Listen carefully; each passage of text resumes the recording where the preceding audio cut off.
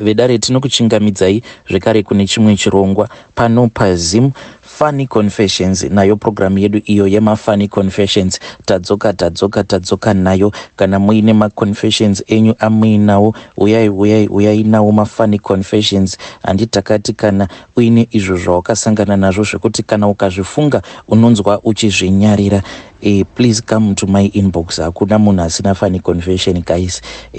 So please uyai neuwandu hwenyu timboita tichibvisa stress. Saka pane ma messages awo mamwe andakareceiva ema funny confessions. Message yedu yekutanga yakamira sekudai so: hanzi makadi zvenyu mukomana, ndinokumbirawo kuti munge muchindiposterawo nyaya yangu makavikawo chitupa changu. Inini mukoma ndiri murume ane makore 32 ekuberekwa. Inini mukoma ndinodana nawo nevarume vakaita seni, ende ndakangokurawo ndiri munhu wekuti ndainge ndisina mafeelings evasikana, but ndaiti kana ndikafunga vamwewo vakomana vandaidzidza navo ndopandaibva ndatotanga kutonzwawo hana yangu ichitorira. With time mukoma ndopandakabva ndazotoona kutoti inini zvandinoda ndinotongozvidirawo vanhurume. Ndakazoti ndauya kuno ndikabva ndazowanawo freedom kuno kwandiri kunyika yavatorwa, ndokubva ndawanawo my first love. But the first love of mine, Muchinda iyeye akabva anditsemura moyo wangu. Kubva ipapo ndakamboita kaperiod kekuti I was too wild mukoma, ndaingoenda zvangu kubhawa ndobva ndangopikwa up. You'll be amazed kuti varume vazhinji vanozviita vanovenga isusu. Varume ivavo deep down in their hearts anenge aine mafeelings nevamwe vanhurume, but inenge iri hatred yekuzvivenga. Saka zvandainge ndava kuita mukoma ndezvekuti inini ndiri munhu uya anoita cross dressing, yekuti ndinofarira kudresa sekunge ndiri munhukadzi. Apa face yangu yatongogara inoita sekunge ndiye munhukadzi, zvekuti kana ukasangana neni kana uri usiku unotozviudza kutoti panapa ndazviwanira kabebe kangu. Saka on that day ndakatora zvangu mawivi angu ndokurwa makeup angu. Saka ndine zvimwe zvandinopfeka, zvimabra izvi zvinotoita kunge as if mabreast emunhukadzi, then ndinobva ndapfeka nezvimataiti zviya. Kune zvimataiti zvinofanirwa kupfekwa nevanhukadzi kuti vange vachiita sekunge vane mahips. Ndakabva ndarova zvangu zvinhu zviya ndokubva ndati katrauzi kangu ba, then ine kaladies top kangu nemanails angu and everything. Ndokubva ndaenda zvangu kune imwe club. Ndichisvika kuya ndakabva ndazoapproachwa nomwe muchinda wekuZim. Ndikabva ndatanga kutaura naye. This guy, he was impressed. Akabva atanga kunditengera mabhiya, achinditengera mabhiya. Saka inini mutemo wangu ndewekuti kana ndikagara ndava kunwa doro nemurume wandinenge ndichida kuzonorara naye, inini I limit myself kuitira kuti paya patinenge tava kunoita bonde inini ndikwanise kuzokontrola bonde racho, ndichitira kuti iye asazofind out kuti ari kuita bonde nemunhukadzi. The guy akanwa mukoma, yainge iri shumba yedoro. Akanwa kusvika ava kutadza kana kutaura. Pandakaona kuti he was fine, ndakabva ndazomutora ndokubva azondiratidza painge paine motikari yake mukoma. Zvatakazoita ndini ndakabva ndazodriver ndokubva tazosvika kumba kwake. Takati tasvika kumba kwake, aiwa, the guy was really good in bed. Ndakanakidzwa musi iwoyo mukoma. Ende mutemo wangu ndewekuti early in the morning ndinofarira kuti ndike ndichimuka makuseni ndogeza ndotongogara ndatongopfeka, then ndobva ndatodimanda kuti I want to go, ndichitira kuti muchinda asazofind out kuti akaita usiku hwose achiita bonde neumwe munhurume. Then zvakazoitika mukoma ndezvekuti ndakazononoka kumuka. Muchinda ndokubva azonditangira kumuka. He was romantic. Ndokubva aenda zvake kukitchen. Saka ndakabva ndazongovhunduka ndichinzwa kuti mukitchen mainge muine munhu ainge achibika. Ndakati ndichida kunomuka, iye akabva azonzwa kuti bhebhi rake ramuka. Munhu ndokubva auya akabva ati haungangomukizve tisina kuita. Mukomanashi ndikaramba. Iwo aifungidzira kuti kuramba kwandainge ndichiita ndainge ndichida. Ndokubva atanga kundibata mukoma. Akazoti apinza ruoko rwake mugumbeze, akabva anzwa kuti ainge atondibata pasikarudzi yangu, nayo yainge yatorespondawo kubatwa uko kwese kwandainge ndichiita. Mukoma ndakabva ndatanga kuruwa. Ndakaruwa mukoma nashe zvekuti ndega ndakasvika pakuzvinzwira tsitsi, but ndakaona kuti panapa kana ndikaramba ndakateerera ndichingorohwa sekunge ndisina simba semunhukadzi, even though ndichizviita angu munhukadzi. Ndakaona kuti panapa ndinotourawa naye muchinda uyu ndakabva ndamuti chino chematsenga nzungu. Mukoma pandakamurova fight iye akabva ashamisika akati ye ko ndasingazive kuti magame nesimba rakadai so.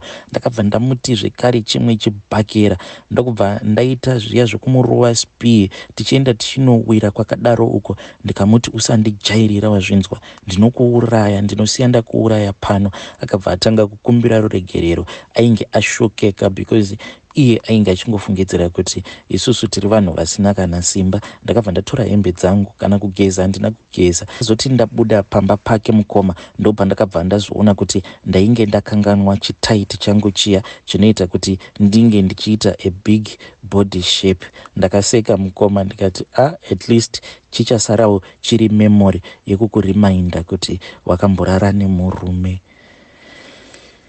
Hey, vedare ndo message iyo yandakatumidzirwa ichibva kuna mukoma vedu. Akomana hanzi usiku hwose iye akazotofind out mangwana makuseni kuti ndo zvakaitika. Wakambosangana nazvo here? Wakambosangana situation yakadai so here before? Kana wakambosanganawo nesituation yakadai before, please come to my inbox and tell me your own story. Rekidzai tibva taenda panyedu inotevera. Nyedu inotevera yakamira sekudai so. Hanzi makadii zvenyu brother Nash, ndinokumbirawo kuti munge muchindiposterawo nyaya yangu. Mukoma inini ndainge ndiine kabhebi aka ndainge ndichikada. Munongozivawo kuti kana une kabhebi kako kaunenge uchitya. Ndainge ndichitotya kukaudza, asi ndainge ndichikatengera mapresents. Tainge tiri mafriends, but ini semunhu mukuru ndaingoti achangoona ega kuti ndinomuda, but iye aitoita yake. So ndakazomuudza kuti ndinokuda uye ndinoda kukuroora. Ndakatoenda nering but akaramba akati hazviite nekuti ndainge ndisiri type yake. Ndakati okay, handina hangu kumupikisa, but ndaiti ndikafunga mari yangu yaakadya zvaindirwadza. So takazoramba tiri mafriends. Then akazoti ainge achida kunorukwa musoro. Ndikati bo. Ndakazosangana naye mutown ndikanomusiya.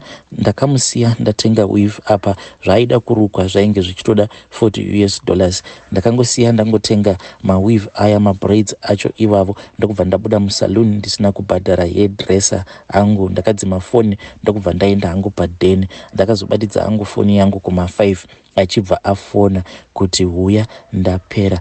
Ndakati kana uine mari bhadhara. Akabva ati handina kamari. Ndikati ona yekutamba, uri munhu mukuru, iwe wanga uchienda kusaloon usina mari uchitembei, plus iwewe wakati inini handisi type yako, saka wai uchida kuramba uchingondidya ndisiri type yako. Akabva atanga kundituka, akandituka pafoni ipapo mukoma.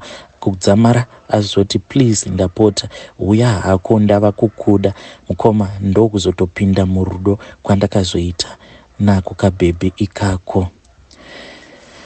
Hey, zvakangoma hazvo veduwe. Ndo message iyo yandakatumidzirwa ichibva kuna mukoma vedu.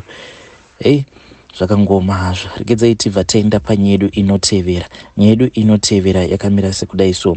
Hanzi makadii zvenyu mukoma Nash, ndinokumbirawo kuti munge muchindiposterawo nyaya yangu makavhikawo chitupa changu. Yangu nyaya mukoma yakamira sekudai so.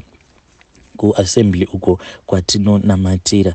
Inini ndisati ndaroora zvekare nemukadzi uyu nayewo asati aroorwa. Takambodanana, but takangodanana mukoma just for a few weeks. Ipapo ndainge ndiri brother moto chaivo. Ndainge ndichangotangawo kupinda paassembly ipapo ndokubva ndazomusvitsa shoko. Aiwa akabva andibvuma because aiona kuti ava ndi brother moto holy chaiyo. Zvino mukoma Bebe uyu ndakabva ndazomunyepera ndikamuti kuassembly kwandainge ndiri ndini ndaito leader praise and worship. Apa mukoma kuimba kwacho anditombogoni. In fact history yose yandainge ndakamuudza zvekare from the very first day randakapupura, ndichipupura nhema ndichitaura kuti pandainge ndiri kuzimu kuassembly kwandainge ndichipinda inini ndini ndainge nditori one of the evangelicals kuma youth. Zvekare ndini ndaito leader the praise and worship. Ndakasvika pakunyepa kuti nemadrums ndinogona kumaridza. at that time pachechi painge pasati patengwa madrums. Saka ndaingotongobhilivhisa angu Bebe apa the testimony yandakapa yainge itongori yenhema zvezve zvekuti I was too holy zvekuti ndainge ndava kutotaura zvinhu zvenhema ndichingoti ndiri kuzvikavhira for my holiness. Mukomana Bebe akabva andida ndokubva andibhilivha. Zvakazoitika mukoma ndezvekuti takabva tazoenda kune this other youth conference. Takati taenda kuya isuwo from our assembly vakabva vazongonopa that request yekuti inini I was one of their best singers because vakangoshandisa testimony iya yandainge ndakapa. Mukomana takazoti taenda kusession, I avoided the mic by all means. Ndakangoramba zvangu ndiri kubacking. Asi Mwari vakabva vati nhasi I want to expose you. Mukomana the first night muchinda wemadrums iye akabva azonzi ndiye aifanira kuti ange achizoridza iyo piano, then inini ndaifanira kuti ndige ndichizoridza madrums. Ndakaramba mukomana ndakabva ndati ndainge ndisingafili ball at all. Ndakaramba ndiriko kubacking zvangu ndichingobheka mukoma. Then the following night ipapo Mwari vakabva vati nezuro you had an excuse. Nhasi akuna kana excuse zvamuchose. Zvakazoitika mukoma on that night ndezvekuti the lead present worship singer iye she was preparing because ndiye aifanira kuti ange achizotipa vhangeri as the forerunner. Saka inini ndakangototambidzwa mic and ndakatambidzwa mic in the middle of the present worship. Mukoma ameno kuti ndakazvinyepera sei because ndakabva ndachuza song iya yekuti you are the alpha and omega. Mukoma ndakaruvamba rweyo rwekuti you are the alpha, ndakarova you are the alpha and omega. Zvino ndakazoti ndasvika papati iya yekuti panenge pava kuda kwidzwa izwi ndakati ndichinoti we give you all. Mukoma voice rakabva raramba kubuda. Chechi yose yakabva yati zi ndiko kuti bvu kuseka. Mukoma ndakati ndamhanyisa maziso ndikanotarisa kuya kwainge kuine Bebe rangu. Ndakabva ndaona kuti there was too much disbelief in her eyes that was written on her face. Mukoma ndakazongomupa zvangu excuse yekuti ndanyanyisa kunwa ma-cold drink. You know when you are a singer you are not supposed to drink coke. Usually I do some techniques, there are some techniques that I do, but ndainge ndatonyara mukoma. But chandakaramba madrums ndakaramba kunoma tambisa because ndakaona kuti madrums kana tsitsi nemunhu kana usingamazivi autombomazivi. Ndakaita rimwe zidiscord rekuti chechi yose yakati bvu kuseka. Ndokubva one of the girls stepped up ndokubva azoenderera mberi. Inini I went zvangu to the back ndokubva ndakontinya ndava kubheka. But mukoma throughout that present worship ndainzwa sekunge ndainge ndangoita kunge chitom and jerry zvacho chainge chiriko kumberi ikoko chakamira just doing its own stuff. Ndakanyara mukoma nanhasi uno ndinoti kana ndikazvifunga zvinhu izvi ndinobva ndazviseka. But we are now grown up. She got married because iye akatongondidhamba neskiri mukoma. But I know kuti akandidhambira discord iroro randakarova. Ininiwo I then corrected by mistakes. Ndikangoramba ndichingoendawo hangu kupresent worship, but zvekuimba hazvisi mandiri. Ndinongotambirawo kubacking kuma-backing vocalist ikoko. But ndo confession yangu iyo mukoma. Hey vidari ndo message iyo yandakatumidzirwa ichibva kuna mukoma vedu. Hey pakaipa hanzi ndakati ndichida unosimudza izwi kuzonoti we give you all. Rakabva raramba kubuda izwi rikati unonyepa iwe, hatina kumbogara takabvumirana yose iyoyo yauri kuda kuita iyi. Kunotarisa musikana wangu ndakabva ndaona kuti ainge aine rimwe zishoko. Ainzi mafriends apa aigara achidada neni kumafriends ake kuti my man the greatest singer. Zvakaoma hazvo veduwe.